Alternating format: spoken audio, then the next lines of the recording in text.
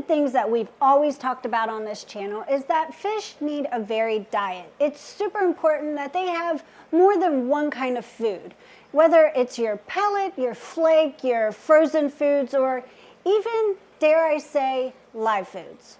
Today we're going to talk about frozen foods. There's a ton of brands out there that you can choose from, and one of the two that we usually get is the Hikari in the San Francisco Bay. But there are a lot of other ones out there, and I've never had a problem with any of them. These are just more readily available for me. What kind of frozen foods can you get? There are so many. My favorite, bloodworms. You've got Daphnia, you've got mysis, you've got, oh my gosh, there's so many of them. John? I don't have a microphone on. Oh, okay. Well, John doesn't have a microphone on, so, you know, some of his favorites, it's going to be the shrimp. He gets it from Food Lion, the tilapia. So, yeah, those are some of the frozen foods that we use here in our fish room. And I can't forget, I always use Hans's food for my discus. So how do I feed my frozen foods, and what's the best way to do it, and what's the best way for your fish? To thaw or not to thaw? Well, it's probably best to thaw it out, because how would you like it if you got something out of the freezer and ate it frozen? Doesn't feel too good? Get freezer burn? It doesn't feel good. Anyways, I wouldn't do that to my fish. So what I do is I add a little bit of water to my bloodworms and I let it thaw out for probably, I don't know, 5-10 minutes, and make sure that they're separated really good. And then I just use my tweezers and I feed my bloodworms to my betas. It's super simple. There are other foods out there that I would do a little differently, like my beef heart or my Hans's food for my discus.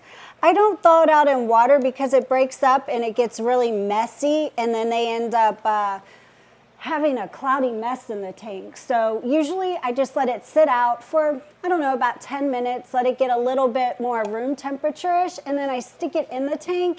And the really cool thing about that is my discus, they tear it apart, and it's almost like they're playing tug of war, and it's super cute, super cute.